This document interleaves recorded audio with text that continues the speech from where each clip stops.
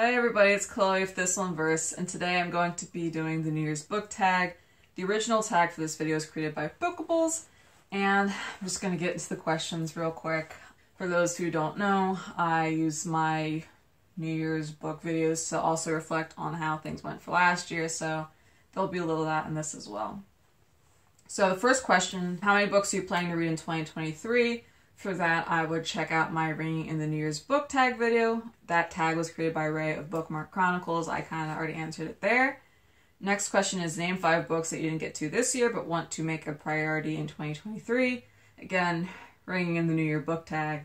Next question, what genre do you want to read more of? So last year I wanted to read more short fiction magazines, specifically Faya, Apex, Omanana, The Dark, and there were certain authors I wanted to read more from. In terms of my reading last year, I actually mostly ended up reading Fantasy Magazine, and the 2 authors I focused on were Kel Coleman and W.C. Dunlap, so that was 2 of the 6 authors that I mentioned. I also went to read more classic sci-fi and fantasy, or other speculative work that predates modern genre labels, and Goose Egg, I didn't read anything that fit that criteria. I think everything I read was published early aughts or later. And then I also wanted to read more SFF romance and erotica, and I tried it out. There had been a book I DNF'd, there was a few books I thought were okay, and I finished. I still haven't found an author where I'm trying to read all the backlist, or authors a must-buy author. That's kind of what I want to find in that genre. So still on the lookout. So this year I'm going to try and read more nonfiction, specifically history. Those ones are a little harder for me to read because I do tend to read more academic history books, and so for those I can't just put a request through my library system. There's a thing called the interlibrary loan or something like that, where I can request books from public universities, and with that it just takes 2 weeks is kind of a minimum waiting. Yeah, it's a little harder for me to get a hold of those. If I even read 3 nonfiction books this year, that would be a difference. Name 3 non-book related goals for 2023. Again, see my Ringing in the New Year's book tag for those. What's a book you've had forever that you still need to read? Ooh, so many.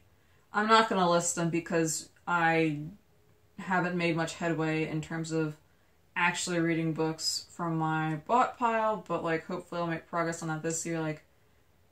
There's something where I feel really leisurely about reading books I've already bought. I don't feel this frantic scramble to meet a deadline. I don't feel as moved to pick up stuff that is trendy. I've been feeling more chill in my reading in January, and so this might be a year where I actually get a lot of books read that I own. I'm excited about that. If you want to talk just numbers in terms of books that I would possibly discuss on the channel. So doing a quick count of physical books, that's 36 books. And then I probably have at least 10 more in my Kindles, maybe 50 some books. I could at least put a dent in them this before the year ends. Next question. Oh, wow. That was fast. These reflection tag videos usually take me forever, but I'm just speeding through the questions this year. Last one is, one word you're hoping 2023 will be. So last year the words were balanced and impactful. And balanced, I feel my life was pretty balanced last year. I definitely was tending to other areas of my life, mainly social. It was the most I'd actually gone out in social settings, bars, or just hanging out and meeting up with strangers for hobby stuff. It was wild. I was truly living it up. I also wanted my channel specifically to be more impactful. I wanted to do literature panels. I wanted to do 2 of them last year, and I did 1. I went to do 4 recommendation videos last year. I don't think I did a single one, unfortunately. Videos had just been a spontaneous thing. It was just kind of oh, I have time this weekend, let me get in 2 hours of filming. Pre-recorded videos just weren't really happening last year. I was going to rethink who my audience was and who benefits from the videos I make. I did think about it. My answer hasn't changed, but it was useful to think about. I'm an amateur reviewer. I don't know much about the industry, and I'm just going to have to make stuff with that perspective in mind, I guess.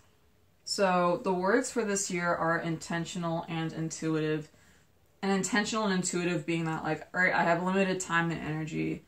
I think last year really drove home how much less energy than I thought. I had all these ideas for videos I wanted to make, things I wanted to talk about, and I did none of them. Being okay, I don't have that much energy to do stuff, so when I do get the energy together, I need to make it count. and intuitive being that, like, just making that process as easy as possible. I am trying to get on more of a schedule because I'm a person of routine. When things are on a schedule, it's so much easier for me to do. This year I think is going to honestly be a lot of focusing on my career because, like, the licensure stuff is going to be a big thing. Also, I'm going to be a juror for the Carl Brandon Award. So for those who don't know, the Carl Brandon Society is a society dedicated to recognizing and promoting the work of authors of color writing in speculative genres, or authors in general writing that race in speculative genres. And so there's a Kindred Award and a Parallax Award. One's for authors of color, and then one's for any author discussing race in their work. And so I am reading a bunch of books and talking with a few other jurors to, like, vote for which books we think deserve these awards. And that's going to be a lot of reading. It's going to take up a lot of my time.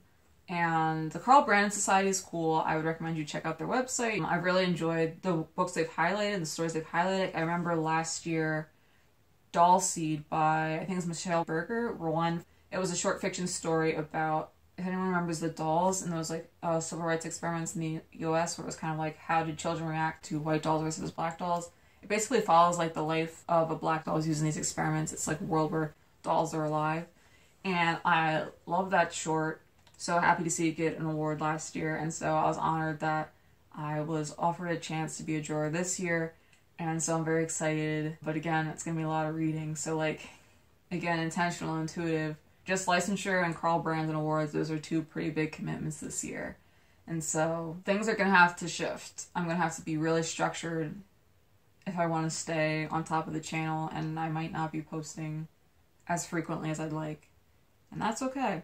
For the channel specifically, I'd like to set up a regular time where I film. Like, on the weekends, like, say it's every Saturday at 10 a.m., I'm going to film however many hours of footage because I have a backlog of scripts. I'm not lacking scripts. It's really easy to sit down and film them and edit them. If you have any goals for this year, I'd love to hear about them. And yeah, thanks for watching. Take care. Looking forward to posting more videos and talking with you all some more this year. Goodbye and have a good one.